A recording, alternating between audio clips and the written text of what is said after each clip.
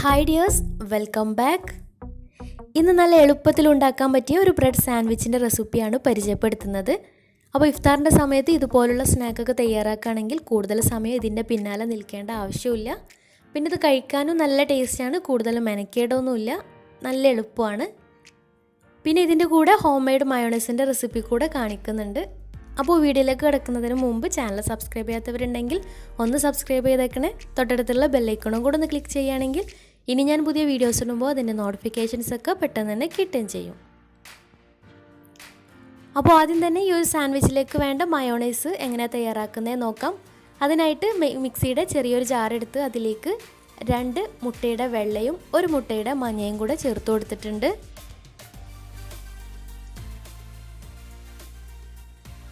പിന്നെ അതിലേക്ക് 2 അല്ലി വെളുത്തുള്ളിയൊന്നും കൂടി പോവരുത്, 2 അല്ലി തന്നെ മതിയാവും. 1 ടീസ്പൂൺ വിനാഗിരി, പിന്നെ ഒരു നുള്ളു ഉപ്പും കൂടെ ചേർത്തിട്ട് അടച്ച് വെച്ച് ബാക്ക് സ്പീഡിലിട്ടിട്ട് കുറച്ച് സമയം ഒന്ന് അടിച്ചെടുക്കാം.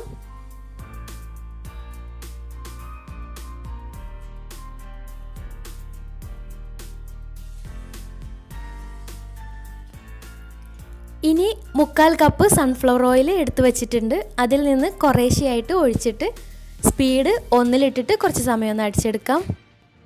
പിന്നെ വെളിച്ചെണ്ണ ഒന്നും എടുക്കരുത്, റിഫൈൻഡ് ഓയിൽ തന്നെ എടുക്കാൻ ശ്രദ്ധിക്കുക.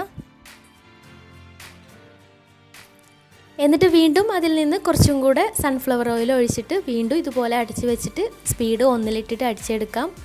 പിന്നെ ഒരു കാര്യം ശ്രദ്ധിക്കുക, ഓയിൽ എല്ലാം കൂടെ ഒരുമിച്ച് ഒഴിച്ചിട്ട് അടിച്ചെടുക്കരുത്, അങ്ങനെയാകുമ്പോൾ കറക്റ്റായിട്ട് കിട്ടില്ല. ഇതുപോലെ കുറേശ്ശെ ഒഴിച്ചിട്ട് മാത്രം ചെയ്തെടുക്കുക. അതുപോലെ തന്നെ സ്പീഡ് ഫുള്ളായിട്ട് ഇട്ടിട്ട് ചെയ്തെടുക്കരുത്, സ്പീഡ് 1-ലിട്ടിട്ടൊക്കെ ചെയ്തെടുക്കാം.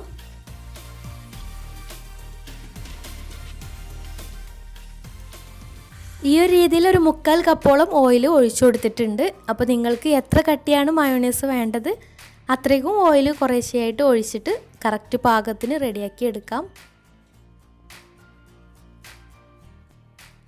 1/4 കപ്പ് ഓയിൽ ഒഴിച്ചപ്പോൾ തന്നെ അത്യാവശ്യം നല്ല കട്ടിക്ക് തന്നെ മയോണൈസ് കിട്ടിയിട്ടുണ്ട്.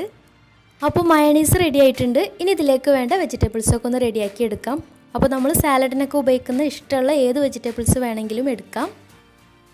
അപ്പോൾ ഒരു ബൗളെടുത്ത് അതിലേക്ക് ഒരു ക്യാപ്സിക്കം അതിൻ്റെ പകുതി നീളത്തിൽ ചെറുതായിട്ടൊന്ന് കട്ട് ചെയ്തത് ചേർത്ത് കൊടുക്കാം.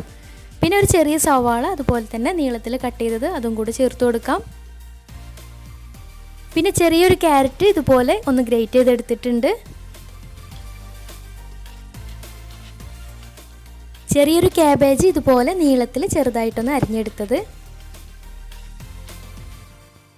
പിന്നെ ചെറിയൊരു തക്കാളി അതിൻ്റെ ഉള്ളിലെ കുരുവൊക്കെ കളഞ്ഞിട്ട് ഇതുപോലെ നീളത്തിൽ ചെറുതായിട്ടൊന്ന് കട്ട് ചെയ്തത്.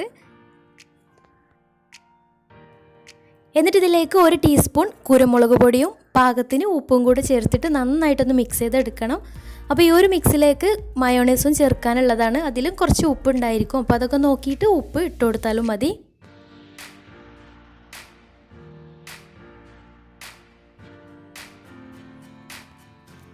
എന്നിട്ട് അതിലേക്ക് ഒരു 3-4 ടീസ്പൂൺ മയോണൈസ് കൂടെ ചേർത്തിട്ട് നന്നായിട്ടൊന്ന് മിക്സ് ചെയ്തെടുക്കാം. അപ്പോൾ മയോണൈസൊക്കെ നിങ്ങളുടെ ഇഷ്ടത്തിനനുസരിച്ചിട്ട് മിക്സാക്കി എടുക്കാം.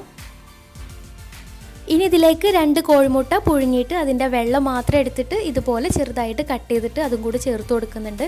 അപ്പോൾ അതിനു പകരം വേണമെങ്കിൽ ചിക്കൻ വേവിച്ചിട്ട് ചെറുതായിട്ട് പിച്ചിയിട്ട് ചേർത്ത് കൊടുത്താലും മതി. ഇനി ഇത് 2 ചേർത്തിട്ടില്ലാലും കുഴപ്പമൊന്നുമില്ല. മുട്ട ചേർത്തിട്ട് ഓവറാക്കി മിക്സാക്കി എടുക്കരുത്, ചെറുതായിട്ടൊന്ന് മിക്സാക്കി എടുത്താൽ മതി, മുട്ട പൊടിഞ്ഞു പോവും. ഇനി സാൻഡ്വിച്ചിലേക്ക് വേണ്ട ബ്രെഡ് ഒന്ന് ടോസ്റ്റ് ചെയ്തെടുക്കണം. അതിനായിട്ട് ഒരു ബൗളിലേക്ക് 2 കോഴിമുട്ട പൊട്ടിച്ചൊഴിക്കാം. എന്നിട്ട് അതിലേക്ക് ഒരു 1/4 കപ്പ് പാല്, പിന്നെ 1 ടീസ്പൂൺ കുരുമുളക് പൊടി, ഒരു നുള്ളു ഉപ്പും കൂടെ ചേർത്തിട്ട് നന്നായിട്ടൊന്ന് മിക്സ് ചെയ്തെടുക്കണം.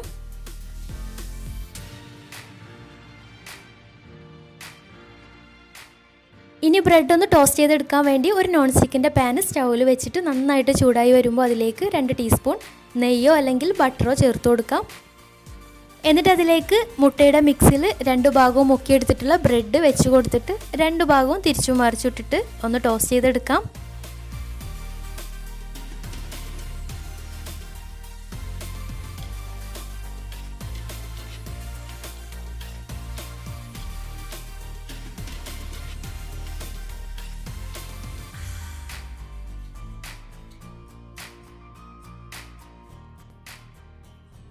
അപ്പോൾ ബ്രെഡൊക്കെ ടോസ്റ്റ് ചെയ്തെടുത്തിട്ടുണ്ട്. ഇനി ഇതെങ്ങനെ സെർവ് ചെയ്യുന്നത് നോക്കാം.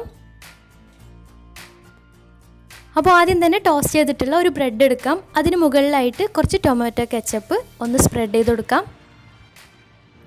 അതിന് മുകളിലായിട്ട് നേരത്തെ റെഡിയാക്കി വെച്ചിട്ടുള്ള വെജിറ്റബിളിൻ്റെ ആ ഒരു മിക്സ് മുകളിലായിട്ട് എല്ലാ ഭാഗത്തേക്കും ഒന്ന് സ്പ്രെഡ് ചെയ്ത് കൊടുക്കാം. അപ്പോൾ വെജിറ്റബിളിൻ്റെ മിക്സൊക്കെ നിങ്ങൾക്ക് ഇഷ്ടത്തിനനുസരിച്ചിട്ട് കൂട്ടിയോ കുറച്ചൊക്കെ എടുക്കാം. ഇനി അതിന് മുകളിൽ വേറൊരു ബ്രെഡും കൂടെ വെച്ചിട്ട് ഒന്ന് പ്രസ് ചെയ്ത് കൊടുക്കാം. അപ്പോൾ നമ്മുടെ എളുപ്പത്തിലുള്ള ബ്രെഡ് സാൻഡ്വിച്ച് റെഡി ആയിട്ടുണ്ട്. ഇത്രയേ ഉള്ളൂ. നല്ല എളുപ്പമാണ്, നല്ല ടേസ്റ്റിയാണ്. എല്ലാവരും ഒന്ന് ട്രൈ ചെയ്ത് നോക്കുക. എന്നിട്ട് ഫീഡ്ബാക്സൊക്കെ ഒന്ന് താഴെ കമൻറ്റ് ബോക്സിൽ അറിയിക്കുക. അപ്പോൾ ഇന്നത്തെ വീഡിയോ ഇഷ്ടമായെന്ന് വിചാരിക്കുന്നു. ഇഷ്ടമെങ്കിൽ ലൈക്ക് ചെയ്യുക, ഫ്രണ്ട്സ് റിലേറ്റീവ്സിനൊക്കെ ഒന്ന് ഷെയർ ചെയ്യുകയും ചെയ്യുക.